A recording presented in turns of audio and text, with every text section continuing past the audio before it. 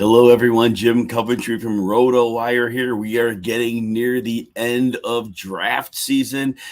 Quarterback edition, the players we are definitely drafting. We must draft. We need them. Look, with your drafts coming up, I'm going to give you the best information I can so you can make your best decisions on draft day. But don't forget, you got the RotoWire team at your disposal for free. 3 days. Just go to rotowire.com/try. You'll get behind the paywall for 2 days. No credit card needed. You can just put in your email address. You can get all of our cheat sheets. You can get all of our articles, all of our high-end analysis, and all that in addition to what you're getting here from me. Let's tear right into this. The ADP data I cite, as always, will come from my friends at fantasymojo.com. They take high stakes data from the last 2 days, so it's the freshest data out there. So we are going to primarily start with single quarterback leagues in this. And my draft strategy this year in leagues, I've developed this to become, I wait for the first 6 quarterbacks to come off the board. And now I begin my shopping.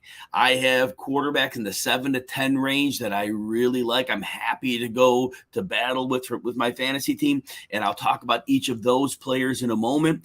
But understand that's the whole break point for me, because by waiting for 6, I'm fine with not getting any of those 6. I don't want to pay the higher freight. I want to load my roster with running backs and receivers as much as I can. The league will dictate when the quarterback values come. Once the 6th one comes, I'm not immediately taking one with my next pick. I'm seeing where my pick is at, when my next return pick comes, and I'm making my best estimation is when I'm going for it. So now one little caveat, if you're in a 2 quarterback league, there's 2 quarterbacks I want to point out. If you're not going to be the first one to take, the Josh Allens of the world, I want to point out 2 quarterbacks that are going in the 3 to 4 range that you might consider, again, 2 quarterback leagues. And I'll talk about these merits in case you like them in single quarterback leagues too. Kyler Murray's the first one. Now, Kyler Murray, he has the ability to be a top 2 quarterback in fantasy. The last 2 years, injuries have derailed him. It was a shoulder 2 years ago. It was an ankle against the Packers in week 9 last year, and he struggled down the finish line. But I'll tell you with Kyler Murray, the one thing that I really like, we know that when Cliff Kingsbury took that job, he wanted to run that air raid offense, 4 receivers on the field. But here's what we learned about football. You win with Jimmys and Joes more than X's and O's. He had the scheme, but he had no receivers to run the system he wanted. It was never going to work, and they were getting killed. No line, no speed, not enough players. Right now, we know DeAndre Hopkins is suspended for 6 games, but they were running the air raid in practice with Marquise Brown, DeAndre Hopkins, Rondale Moore, who profiles as a very explosive player. And look, as your 4th, I'll take A.J. Green as H. For number 4, great. But you can even slip Zach Ertz in there and be fine. So I think this offense with James Conner in the backfield as well, this could be a lethal offense. And then the next one, Jalen Hurts. He's improved in each of his 2 years in the league. And now they brought in A.J. Brown. We know Jalen Hurts is going to run for a lot of yards. But now it doesn't even have to be him being this high-level passer. Basically, with the run-after-catch ability that A.J. Brown builds in, now we have Dallas Goedert, who had 392 or more yard games in the last 4 games, including the playoffs last year. Jalen Hurts is going to have it going on. These are both upside plays. Now, back to the single quarterbacks as I'm talking about. So you wait for the first 6 to go off the board, and now you shop. If you're going to go right away, the QB7, and again, these can always, somebody could take that quarterback earlier. We get this. This quarterback 7 in ADP is Joe Burrow at pick 88. Now, what I love about Joe Burrow is you look at his season numbers last year, and they did not look great. No, they didn't. But here's why. He was not fully recovered from his ACL, and the Bengals were going with a primary run-first approach through 12 weeks of the season. It wasn't until week 13 that they turned Burrow loose. Once they turned him loose, now the schedule was easy. I do get that. Please understand it. But Burrow was lethal. Now, the whole situation gets better, though, because now we know that offensive line that couldn't protect him. It may not be an elite line now, but it might be a decent line. They bring in Lyle Collins. They bring in actually 3 offensive linemen. They have 3 offensive linemen. And the left tackle, Jonah Williams, in my opinion, on his own, is decent. So they may have 4/5 of a decent line. Now think about this. Joe Burrow, with time, for the actual routes of T. Higgins and Jamar Chase to develop instead of getting the ball out as quickly as possible. That is lethal. And I don't care if they're playing two high shells, which Burrow struggled against. We saw the transition in the playoffs. They were getting the ball to Jamar Chase underneath. We already know T. Higgins can live there. And then if defenses sell out to stop them, Tyler Boyd's in the slot. He's an excellent receiver. You can throw the screen game to Joe Mixon. And you also have, the tight end position that they have Hayden Hurst, who Hayden Hurst has never had a chance to be featured as a receiver. All wheels up on Burrow. Now, Tom Brady is getting a lot of negative press. He's off the board now at quarterback 10, pick 107. And here's what I get about Brady. Yes, we know the book on Brady. If you get inside pressure on him, he tends to have problems. And yes, two of the three positions on the interior line are very problematic for the Bucs. But remember back to the days in New England, when they got internal pressure, he didn't have many high-end targets.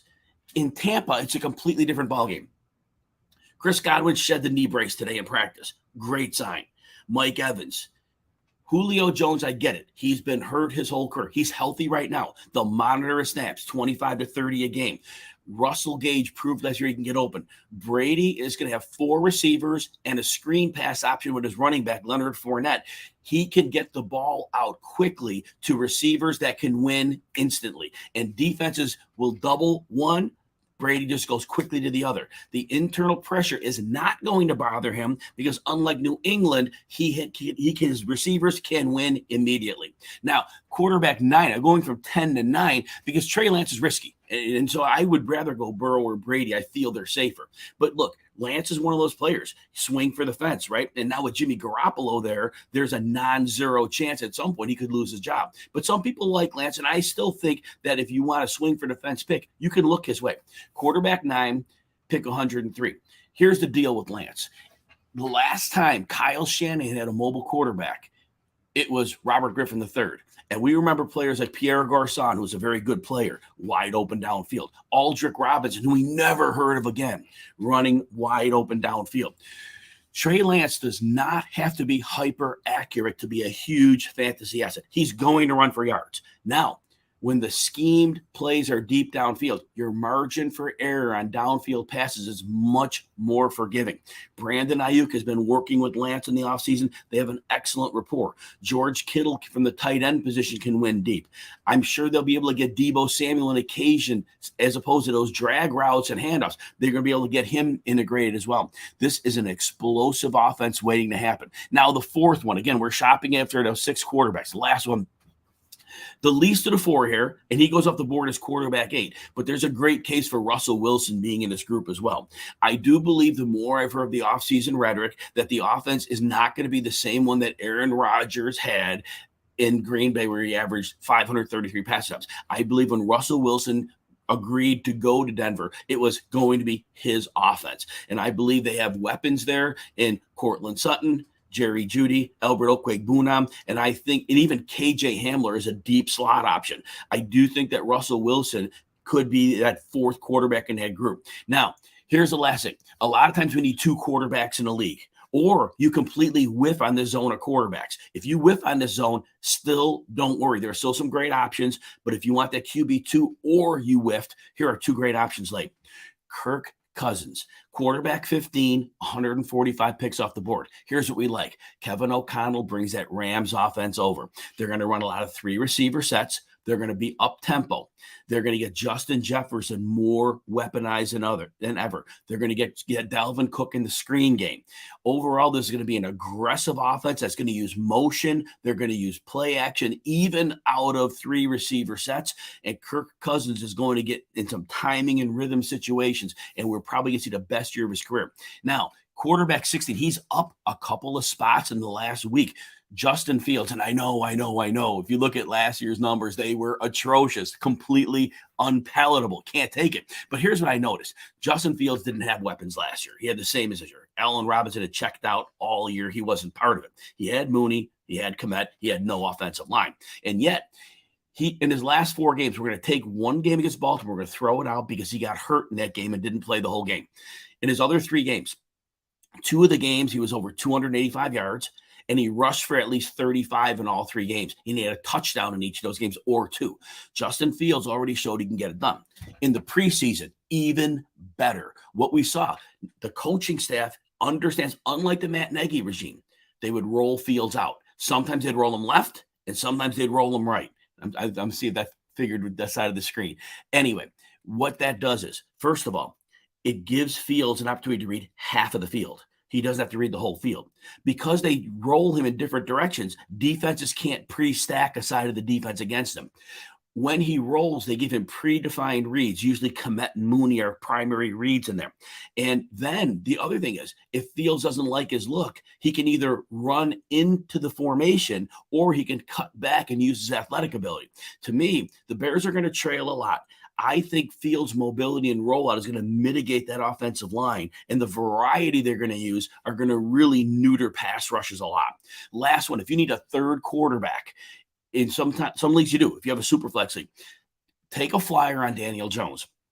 I know he's been bad. He usually runs for about 300 yards a season. You got to give Brian Dable a shot with him. Look, they've got Kadarius Toney right now. He seems healthy for the moment. Wan'Dale Robinson can get open very quickly in the slot. I know Kenny Galladay's had a bad camp, and I'm not sure how that's going to pan out. Daniel Bellinger, the tight end's trying to work his way in. But what I think is going to happen, Saquon Barkley out of the backfield will catch some passes. Daniel Jones, I think, is they get the ball out quickly in this offense. They've upgraded their offensive line significantly. So Daniel Jones should not, in most situations, be under siege. Look, as a quarterback 3, he does have upside. And, you're not looking, you're not expecting him to break the world, down with that draft capital. But there's a scenario where he performs as a mid-range quarterback too, and we can live with that. So that's my draft strategy. Just recapping, wait till 6 in single quarterback leagues. Wait till about 6 quarterbacks are off the board. Once they are, you begin to shop. And then I gave you some backup options. And don't forget, man, draft season is now. If you need help, you can get a free 2 days at RotoWire. RotoWire.com/free. No credit card needed. Join the team, man. We're going to get you some big wins this season. Thanks for your time, and everybody, good luck in the rest of your drafts. Oh, I got questions. I see I got questions. Let me get some questions here. All right, I can continue with this. Julia, great. Good Labor Day. Yes, good Labor Day to you as well. I'm doing well. Happy to be here for sure. And yes, we're getting rolling. Shivam, take on Jalen Hurts as a QB1. Yeah, I did talk about him in the stream probably after you said so. I think you probably heard that. Running backs, Javonte, Dalvin, love Dalvin Cook this season. The system is going to be beautiful for him. I think that outside zone is going to keep him away from those punishing hits in the middle of the field. It's going to allow him to utilize his explosiveness. It's a robust screen game in that system. So I think this is going to be Dalvin Cook's best year, and he's had a couple decent ones so far. But I do have him as my running back too because of the system, and I believe he's a perfect fit for it. And those 3 receiver sets, it's unlike the days of Mike Zimmer when everybody was looking to take him down. Now he's going to have space to do some damage. Kevin, drafting in a few minutes. I hope I got you. Probably right now you're saying 2 quarterback leagues, hoping Burrow drops you at 20. Yeah, he probably doesn't drop to you at 20 unless the league isn't bullish on getting 2 quarterbacks early. But I do hope you get that and hope my quarterback options helped you out a bit. Julia, which 4 teams will score more points this season? Arizona. The Rams are going to run more than we think. We saw down the stretch, Sean McVay really, when he felt he was getting Akers back, he wanted to be more balanced. So they're going to be a heavily balanced offense. Philadelphia is the wild card because we don't know what their ratio is going to be. I still think at the end of the day, if they get a lead, and they're going to get a lot of leads, their schedule, they have a fair amount of softness in their schedule. They get a lead, they're going to run. They're gonna with their offensive line, they can just put teams to sleep. So I think that's going to cap their points because I think they're not going to have to be throwing for 4 quarters with a lead. And then we look at Cincinnati. Cincinnati has a rough schedule this year. I think they're going to be very, very good, but I think they're also not going to be stratospheric in points. So that leaves us with Arizona. And yes, I think Arizona, their defense is not very good. They're going to have to score. They're going to get Hopkins in week 6, and I believe we're going to see that offense take off. Give me Arizona. Evan, start 3, Juju, Waddle. You know what? Week 1, you're going to have to hit me up because I don't even have opponents in front of me. It's Monday and Wednesdays when I turn. I'm still in draft mode for everybody. So if you want to hit me up on Twitter at Jim Coventry NFL, like I said, Wednesdays when I start to turn the page to week 1. Right now for me, it's just like I said, too many drafts and I got to get everybody ready. Randy, 1 quarterback league. Would I rather have Lance or Tua as my backup? if you have Murray as a starter, and I think you got to go with Lance almost, because I don't consider either a safe option. I think Tua, there's a world where Tua doesn't click with the offense. He might, he should, he might, but I don't know how much you're going to run either. So I think, give me the 2 quarterbacks. And then if Kyler goes down and misses time, then I think, you've got the other option in Lance. And if Lance really blows up, you might be able to actually, usually can't trade quarterbacks in leagues, but if he's going off, you might trade Murray at that point. Mike, Superflex League. Yeah, you know what? 2 quarterbacks in the first 3 rounds. If you're picking in the beginning of the first round, you take your quarterback. But in the second round, most of your elite ones are gone. So that second round, you got to look at taking a running back or receiver. But if there's some palatable options in the third round coming back, you do that. If you're picking from pick 7 on, I really think you got to get 2 quarterbacks in those first 2 picks. You got to get that leverage on the field. You can't let somebody jump on quarterbacks. And then you got to get a third. I always say there's 32 teams. And if there's 12 teams in your league, not everybody gets a third quarterback. Get that third quarterback, because buys and injuries. And I know you could start a different position player, but why? If you get a quarterback, and like I said, Daniel Jones late, maybe he goes off, and then if somebody gets hurt, you can actually use them. Julia, thank you. Appreciate that. And Shamam, thank you, man. Yep. Let's go. I got you. And then Randy, appreciate it. All right. I'm actually coming back with a tight end video in the next 3 to 5 minutes. So if you're with me now, I'm going to stop this broadcast and we're going to start a new one probably at 7:06 Eastern. All right, everybody, have a great time in your drafts, and we'll talk soon. And catch me on Twitter at Jim Coventry NFL.